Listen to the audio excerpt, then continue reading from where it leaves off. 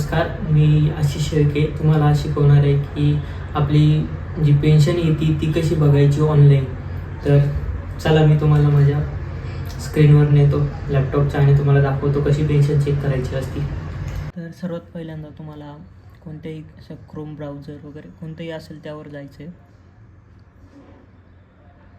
त्यानंतर तिथे तुम्हाला सेवार्थ टाईप करायचं आहे.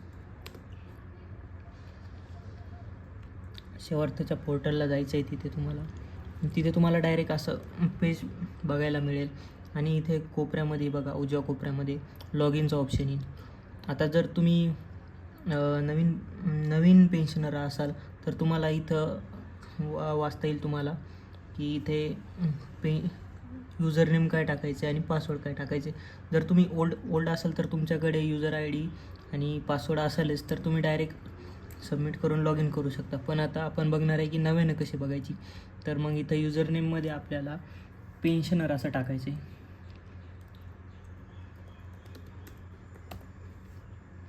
आणि पासवर्डमधून इथं टाकायचं आहे बा IFMS 123 आणि जो काही कॅप्चा असेल तो टाकायचा आहे.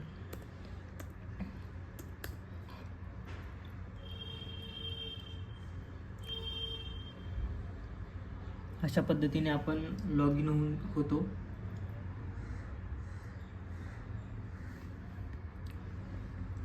आता इथे तुम्हाला 3 ऑप्शन दिसतात, वर्क लिस्ट, पेन्शनर कॉर्नर आणि जो असेल तो काय.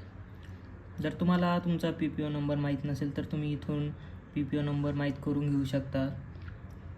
तुमची पेन्शन केसचे ट्रॅकिंग वगैरे इथून करू शकता.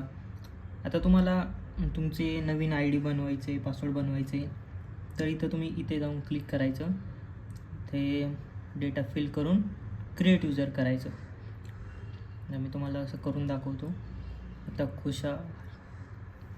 आता मी अहमदनगर सिलेक्ट करतो.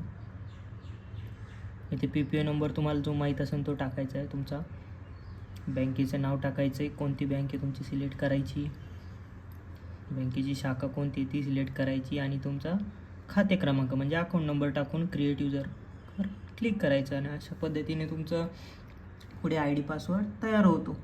पण आपला आधीपासूनच तयार आहे ना, तर आपण डायरेक्ट लॉग इन करू शकता. पण आता आपल्याला पेन्शन चेक करायची. मग इथे जायचं 2 नंबरच्या याच्यात पेन्शनर कॉर्नर रिपोर्ट. तर तिथे पेन्शनर रिपोर्टवर क्लिक करायचं. इथे बघा निवृत्ती वेतन तपशील. इथे तुमचं आर्थिक वर्ष सिलेक्ट करायचं. ते सिलेक्टच असतं.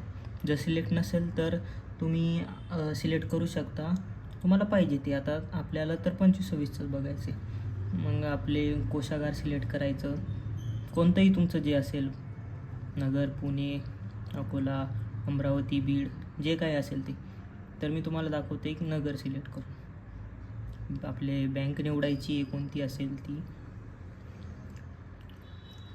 आता मी ही निवडतोय सेंट्रल बँक. मी आपली शाखा निवडायची. आता पहिलीच मी अकोलेच निवडतो.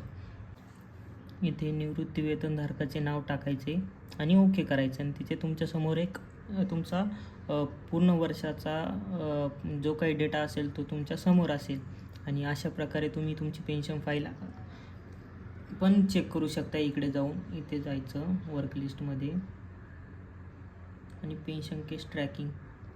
इथे तुम्ही तुमचा सेवार्थ ID किंवा PPO नंबर टाकून पण तुमची केस ट्रॅक करू शकता.